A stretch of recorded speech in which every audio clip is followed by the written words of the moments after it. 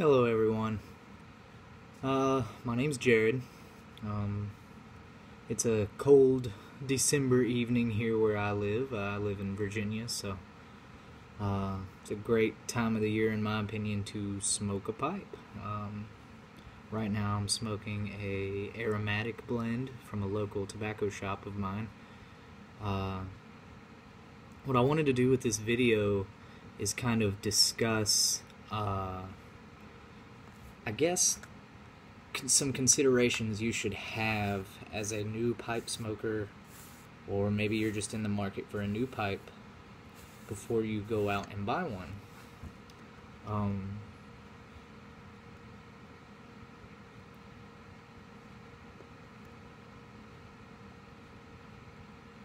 Sorry, I'm trying to keep this from going out. I don't know where my lighter is. So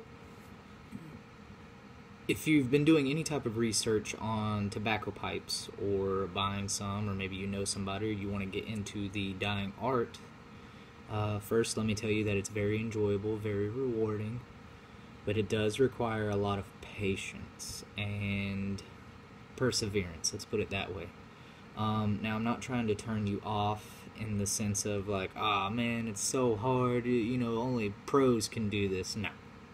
Anybody can pick up a pipe and start anytime they want, and you can become as good as anyone else out there. All I'm trying to say is that it does take some practice and some perseverance, because it is an art form. It is. I've been smoking a little over 2 years now, and there's still things I learn about tobacco blends, specific cuts, different pipes, how they smoke every time I do it. But I very much enjoy it, and it's very rewarding in the end when you can finally smoke a bowl and keep it from going out. It's very nice. But some considerations you might want to think about is, first of all, comfort. Now, as you can see, my pipe is what's called a bent shape. Now, pipes come in all different types of shapes and sizes, from bowl diameter to depth to stem curvature, all sorts of stuff.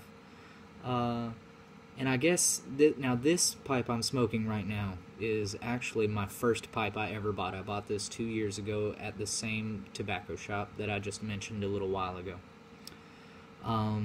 I picked it primarily because I thought it was aesthetically pleasing, but I also picked it for comfort.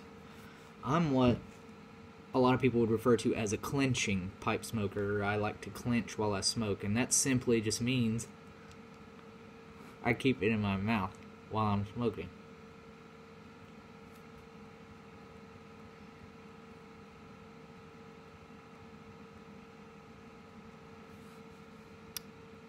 Now, is this necessary? No.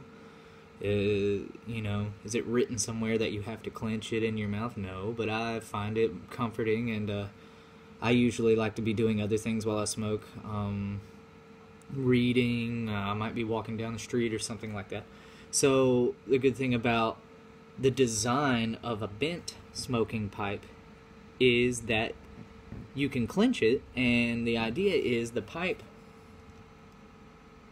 is farther down from your face, so smoke doesn't tend to go in your eyes as much if you have sensitive eyes, and it won't go in your nose. It might be, if you're real sensitive and you're just starting, things like that might happen. Excuse me. But the point I'm trying to make is, of course there's going to be learning curvature when you're starting out, but some things that I wish I knew before I went and bought a pipe so I'm personally what is referred to as a very wet smoker. When I smoke and the smoke gets in my mouth, I salivate. I salivate a lot.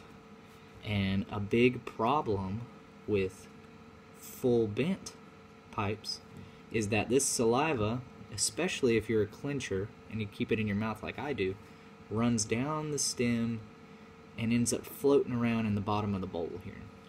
Now, that's a problem for several reasons. The biggest problem is it's pretty high maintenance to keep it clean. Now, pipes in general should be cleaned every time after the end of every smoke. You let your pipe cool, of course. Get your pipe cleaners, clean it out. Take real good care of your pipe so it'll last a long time. But the other problem is that the saliva that pools down in the bottom of the bowl here ends up saturating the tobacco that's in here. And so by the time I get to the last quarter of my bowl of tobacco, it's so wet that it won't stay lit. You can't smoke it. And of course, if you don't clean it thoroughly, it can end up giving a sour taste to your tobacco and some issues like that, and you would have to do what's called deep cleaning to get it out of there. So that's something I wish I was aware of. So there's several things that you should take into account before buying a new pipe. A, of course, would be price range, whatever your budget is. You don't have to break the bank. Now, there's all types of different pipes. There's clay pipes, there's what's called radiator pipes, and they're made of a type of metal to give you a really cool smoke. This right here is what's called a briar pipe, and that just means that this wood right here is made of briar wood. And what briar wood is it's the roots of a heathwood tree. And the reason it's specifically made out of that briar wood is desirable is because it has very high heat tolerance and it's very porous, so it absorbs moisture. That way, if you used other types of wood like pine or something, it would burn quite easily and you would get holes in the bowl here while trying to smoke your tobacco. There's also corncob pipes. There's a lot of people who enjoy smoking out of corn cobs, and they kind of have the same characteristics of briar wood. This, back to my point, is a very nice, even though it was my first pipe, this was recommended by the shop owner when I went in, because I told him, I was like, I don't know anything about pipe smoking. I've done some basic research. I would like to get into it. And he pointed towards this brand of pipe, and this is what's called Fero pipes. That's F-E-R-O. And it's an Italian company that makes briarwood pipes at an affordable price, in my opinion. These pipes go about $50. You can get them online, and it is a fantastic pipe. I've really enjoyed learning with this pipe, and it smokes fantastic. I've had the opportunity during my 2 years to try several other brands of pipes and higher quality pipes now. Of course, I've purchased some, but this one is just very reliable. It's smooth smoke. Everything's great. I have no complaints. So $50, you can get a solid pipe. There's even cheaper ones. You can get meerschaum corncob pipes anywhere from like $10 to $20 if you would like, and there's nothing wrong with that, especially if you're just starting out. I would recommend starting on a cheaper one like a meerschaum corncob before buying something more expensive, because hey, you don't even know if you're going to like this, if you're going to want to continue smoking, and so you don't want to spend a lot of money on something you're not going to use. Now, of course, pipes generally have a decent resale value. Those are called estate pipes, but I digress. Anyways, so price, big consideration. Comfort, back to my original point. I chose this, A, because it was aesthetically pleasing, but B, because it was comfortable. It felt comfortable in my mouth. I liked it. It feels good in the hand, makes me feel classy, like, hey. But, like I said, there's cons to this bin shape, and that is because I'm a wet smoker and saliva drips down in here. So that's something I wish I would have been aware of. Other things you might want to consider are what I like to call utility characteristics. Let's put it that way. Where do you think that you're going to be smoking the majority of the time that you do smoke? See, as you can see here, this pipe has what's called a smooth finish. And I know it looks a little rough because I've learned on this pipe and I've carried it around in my pocket, which was another learning experience. But it's very smooth, shiny, varnished, very nice. This is what I like to refer to as a leisure pipe, not an everyday travel pipe. This pipe would be what you would smoke at the end of the day in your home. You're not going to be carrying around.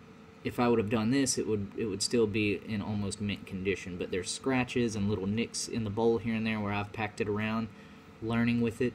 And so what I'm trying to say is, so there's the smooth finish. This is called a smooth finished pipe, but there's also what's called a rusticated finish. And what rusticated means is that it's not smooth and varnished like this one is. It's almost like a rough design texture. And in my opinion, those would be great for walking around. If you expect that you're going to be on the go usually when you smoke your pipe, they're just fantastic. You know, you can stick them in your pocket, stick them in, although be careful if you do that, don't break it. Stick them in a bag, a day bag or something that you might have if you're going to an event somewhere. That way you don't have to worry about the surface getting damaged as easily, at least. And so that's really nice. And that's also where shape would come in as well. There are over like 50 different shapes of pipes you can pick. Everything from just straight, like the stem would run in this way, to full bent like I have, to slightly bent, all kinds of whatever your fancy is. But personally, my favorite shape is straight. I don't have it with me now or else I would show you, a straight shaped pipe. That way, even if I'm clenching, saliva does not drip down into the bowl, and it is also rusticated because I like to take my pipe with me most places. I smoke it in the car, while I'm walking down the street. If I'm at an event somewhere outside and it is appropriate to do so, I like to be smoking my pipe. I just want to put these ideas in your head if you're thinking about going out and purchasing a pipe for yourself, which I would recommend. Things like bowl depth and size, you can get some I call them like Sherlock Holmes pipes. I don't know what the shape is actually referred to as, and I apologize. You might have seen it in like a spoof movie or something like that, but they have huge bowls, and the bigger the bowl, the longer your smoke time. Now this bowl right here, I mean, you can kind of let me hold up a lighter here, and forgive me, not that there's anything wrong with using a like strike lighter to smoke your pipe with, but I would recommend make sure you have a nice soft flame lighter or matches or something like that. And this is a little bit ghetto, I apologize, but this is just a size comparison. This bowl right here, and you can see down in there as well, lasts a solid 45 minutes if you're smoking it appropriately. And you'll get that through experience, developing your cadence, your pacing. 45 minutes for this, or at least 30.